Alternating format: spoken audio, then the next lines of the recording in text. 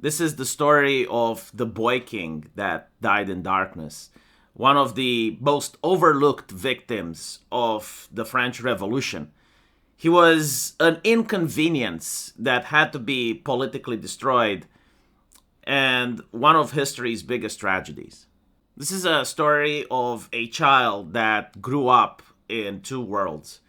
One world where he was pampered and trained to become the next king of France, and another world where he had to understand why 20,000 people broke into his house, assaulted his servants, and murdered his guards, and were now pointing spears and muskets, calling his mother the Austrian whore, while forcing his father to wear a liberty hat and toast to the revolution while they were poking him with said spears. I'm going to focus more on that event when I'm talking about his parents, but right now I want to focus solely on the prince. Most of his life isn't really relevant because it's similar to that of any other noble aristocrat. He was taught to be pious. He was taught the names of other monarchies. He learned a little bit of Latin. And also that the French people absolutely fucking despise his parents. He would most likely hear some of the insults that his mother is a harpy that draws the blood from France, that she is the Austrian whore. And when he asked her, why do people hate us so much? She responded by saying, well, because they don't know us, son. Now, his training is interrupted when his parents need to seek safety into the National Assembly due to the fact that a mob of people invaded their palace yet again. And this is where his conditions are actually going to deteriorate more and more every month, to the point where we will get to see the absolute cruelty of the revolutionaries, of people that like to call themselves men of reason. At first, he was locked up with his parents. He received some level of comfort. There were some toys that were given to him, and the parents did have access to some amenities.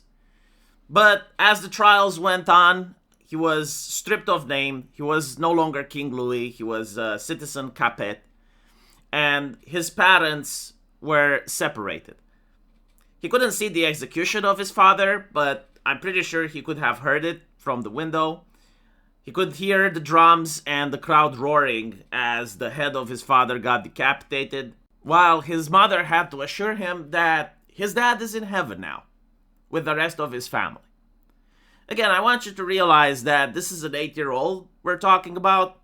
Like, from his point of view, his parents weren't doing anything wrong, while mobs of angry people keep breaking into their houses, scaring their parents, traumatizing them, and now he was being locked up and just heard that his dad was killed. For the next couple of days, his mother, Marie Antoinette, does everything in her power in order to help him maintain the last remaining bits of dignity that the prince had.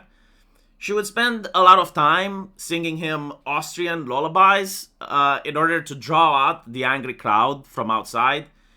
She would use the bread that was given to them in order to make small animals from the crumbs so that her child can have something to play with. And most importantly, she would have groomed him every single morning by washing his face and combing his hair, saying that a prince has to maintain appearances at all times, even when nobody is looking. Now, at this point, the Committee of Public Safety decides that the mother and the child should be separated and that the boy should be re-educated into the new light of reason and the new revolutionary ideals of France.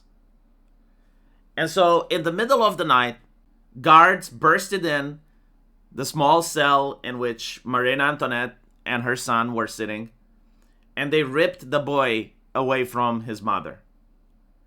Some say that she cried and begged them to take her instead, but the guards were never allowed to talk to her. And so she was left alone, staring at the door, never knowing what will happen to her son. And honestly, looking back at history, I think this was the biggest kindness that the universe gave to Marie Antoinette. Prince Louis was taken to another cell where he will meet his new tutor, a cobbler by the name of Antoine Simon. Historical accounts say that he was very abusive to the child.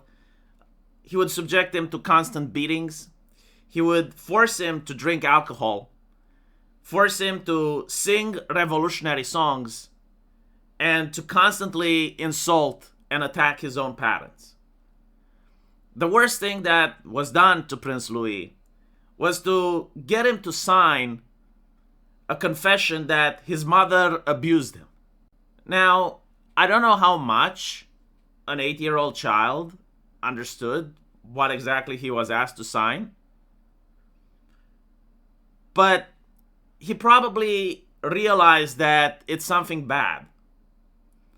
And historical accounts say that he tried to resist at first, but after beatings and starvation, he eventually gave in.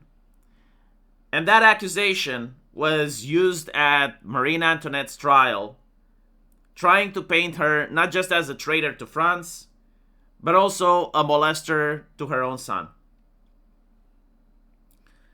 The next months of Louis would resume the same pattern of violence and abuse, but the worst was not yet to come. On January the 19th, 1794, his guardian, Antoine Simon, would resign. And so the boy king would be taken into another cell, and the guards would bar the windows in order to ensure safety. No light would touch that cell, and the boy would be left in darkness for more than 6 months.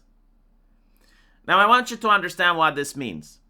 We're not talking about a modern supermax prison where, despite the horrible conditions, you still have access to warmth, you still have access to electricity, you still have access to running water.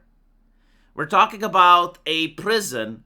We're talking about a medieval fortress built by the Knights Templar with no concept of insulation in mind. Medieval castles would get so cold that icicles would form around the bed of the nobles. And in this darkness and these conditions, were the boy king allowed to rot for several months with nothing besides a bed of straws and a small blanket that would be found in deplorable conditions. People that face modern isolation in prison say they go insane after a couple of days.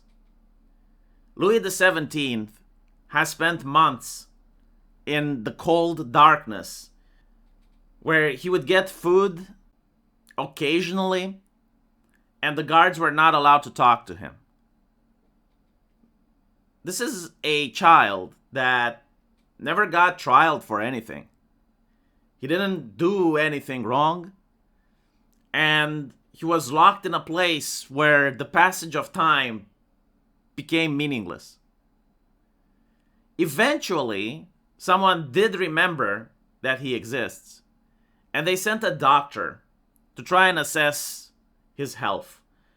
And what the doctor saw was horrifying. The boy recoiled from the light. He was blind in one eye due to infection. His body was covered with vermin. He was unable to speak or unwilling to. They did order to have him bathed and be placed in a room with slightly better conditions, and he received guardians that historians claim were much more kind to him. Yet, as I mentioned before, he refused to speak, and doctors claim that this wasn't due to him losing the ability to say words, but it was the last weapon of defiance that the boy had against a nation that was too cowardly to guillotine him, and also too power hungry to allow him to be set free.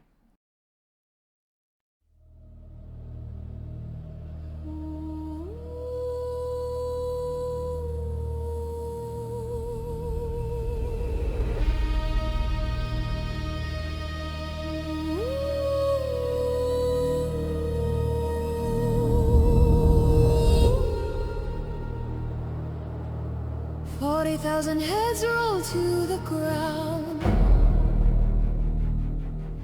The blade sang sharp with a chilling sound. To keep us safe they claimed, they swore, but safety's a wolf at your chamber door. Nobody's pure enough, nobody's clean. Purity spiral, a twisted machine. Your death is for safety, your life's a mistake. The government will keep you safe.